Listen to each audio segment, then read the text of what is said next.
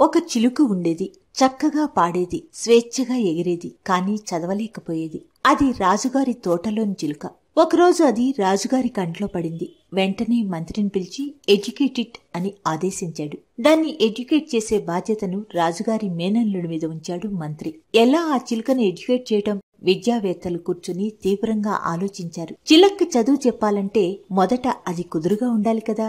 అంటే అది ఎగరకూడదు. వెంటనే ఒక పంజరం చేయించారు. చిలుకను అందులో పెట్టారు. కోచింగ్ ఇవ్వటానికి ఒక పండితుడు వచ్చాడు. చిలుకను చూశాడు. ఈ చిలక్కి ఒక్క పుస్తకం సరిపోదు అన్నాడు. గుట్టల కొద్ది పుస్తకాలు వచ్చేసి ఆహా ఓహో అని కీర్తిస్తున్నారు. రాజుగారు మంత్రిగారికి మళ్లీ ఒకసారి చెప్పారు, ఎన్ని లక్షల వరహాలు ఖర్చైనా పర్వాలేదు, చిలక్కి బాగా చదువు రావాలి, మంచి మేనర్స్ కూడా రావాలి.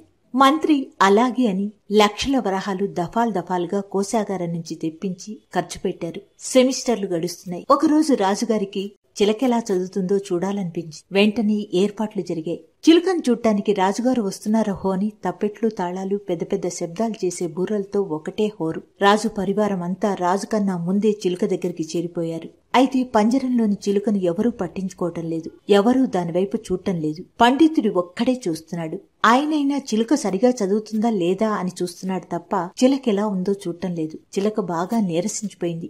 మానసికంగా బాగా నలిగిపోయింది. ఆ రోజైతే రాజుగారి సందర్శన ధ్వనులకు చిలక సగం చచ్చిపోయింది. తర్వాత కొద్ది రోజులకు పూర్తిగా ప్రాణం విడిచింది. ఆ సంగతి ఎవరికీ తెలియదు. తెలిసిన వాళ్ళు ఎవరికీ చెప్పలేదు. ముఖ్యంగా రాజుగారికి చెప్పలేదు. రాజుగారు మళ్లీ మేనల్లుని పిలిచి చిలుక ఎలా చదువుతుంది అని అడిగారు. చిలుక స్టడీస్ కంప్లీట్ అయినాయి అన్నాడు మేనల్లుడు. రాజుగారు సంతోషించారు. తన కృషి ఫలించిందన్నమాట. ఇప్పటికీ అల్లరి చిల్లరగానే ఎగురుతుందా అన్నాడు. ఎగరదు అని చెప్పాడు అల్లుడు. ఏ పాట పడితే ఆ పాట పాడుతుందా అన్నాడు రాజు. పాడదు అని చెప్పాడు అల్లుడు. సరే, చిలుకను ఓసారి నా దగ్గరికి తీసుకురా అన్నాడు రాజు. తీసుకొచ్చాడు మేనల్లుడు. చిలుక నోరు తెరవటం లేదు. ఒక్క మాట కూడా మాట్లాడటం లేదు. చిలుక కడుపు ఉబ్బెత్తుగా ఉంది. చిలుక అసలు కదలటం లేదు. ఆ కడుపులోంది ఏంటి అని అడిగాడు రాజు. జ్ఞానం మామయ్య అన్నాడు మేనల్లుడు. చిలుక చనిపోయినట్లుగా ఉంది కదా అన్నారు రాజు. చిలుక చదివిందా లేదా అన్నదే నా బాధ్యత, చచ్చిందా బ్రతికిందా అని కాదు అన్నట్లు చూశాడు రాజుగారి మేనల్లుడు.